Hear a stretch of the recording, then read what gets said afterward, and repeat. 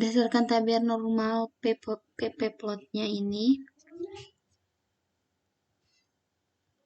ya di sini hasil menunjukkan bahwa sebaran titik-titik mendekati garisnya. Di sini kita lihat titik-titik ini adalah hampir semuanya mendekati garis, yang artinya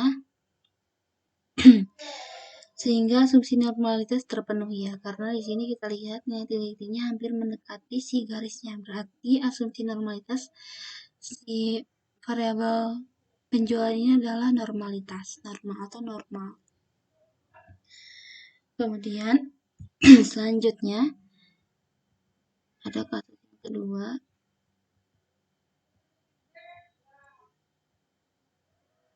Ini ada kasus Y, X1, X2. Di sini berarti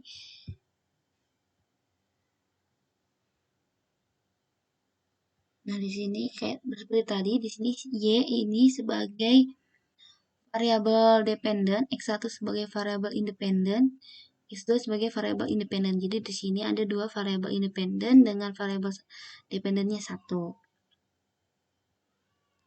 Kita masuk ke SPSS-nya. Nah, di sini ya. Jadi di sini ada Y, X1, X2. Di sini yang menjadi variabel dependen adalah Y, variabel independennya adalah X1 dan variabel X2-nya juga X2-nya juga variabel independen. Jadi ini variabel independen yang satu, ini variabel independen yang kedua, ini variabel dependen.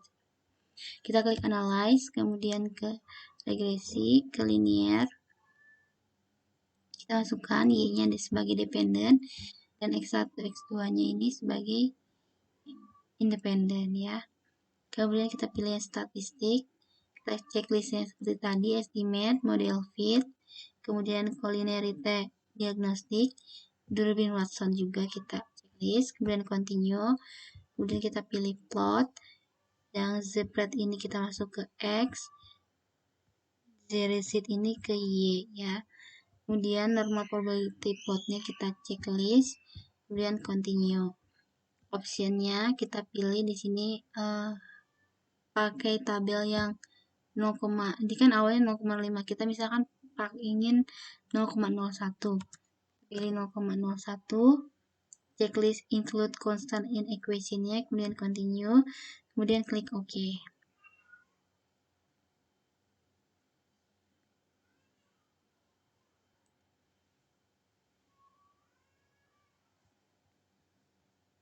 Plotnya mau keluar lagi loading. Oke, sudah keluar. Nah, jadi akan muncul seperti tadi ya.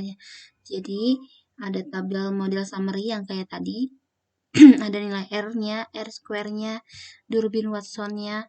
Kemudian ada tabel ANOVA yang kita gunakan. Jadi yang kita gunakan pada saat ini adalah tabel summary ini, tabel ANOVA, kemudian tabel koefisiennya, kemudian tabel ke ini ya, chart normal PP plot. Di sini scatter plotnya. Bisa kalian di sini kita lihat bahwa nilai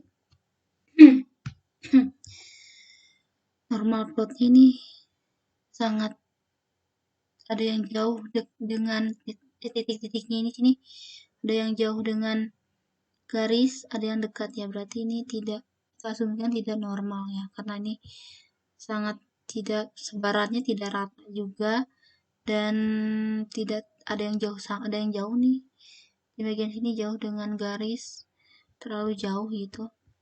Jadi dia kita simpulkan bahwa berdasarkan tabel ini dia tidak, asumsinya adalah tidak normal ya. Nah, untuk latihan hari ini kalian coba kerjakan yang kasus yang ini ya, kasus yang ini, yang Y, X1, X2 ini seperti yang sudah saya contohkan ya, yang tadi. Kemudian di sini kan kasus yang ini ada output yang model summary, ANOVA, kemudian koefisien, chartnya, chart normal PP-nya, dan scatter plotnya.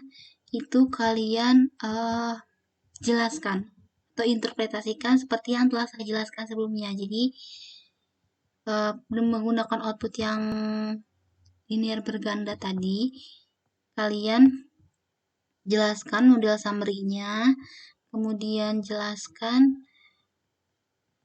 kalian jelaskan koefisiennya, kemudian tabel ANOVA-nya, tabel koefisiennya, scatter plot-nya, dan normal PP plot-nya. Jadi berdasarkan output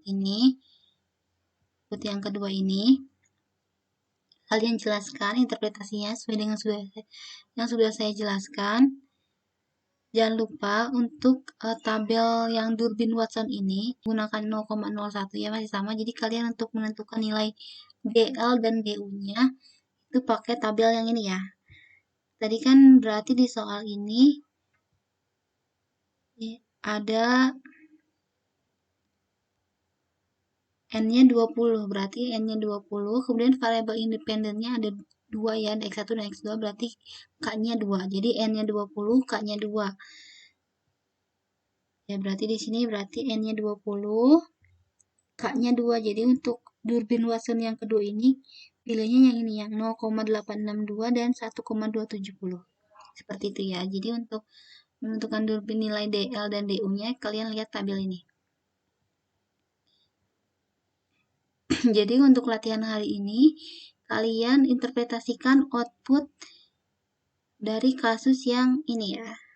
Jadi output kasus yang ini kalian interpretasikan sesuai dengan sama seperti yang sudah saya jelaskan. Ya, apa saja yang harus kalian interpretasikan ini ya, kalian bisa lihat di sini. Kemudian untuk tugas yaitu kalian kerjakan yang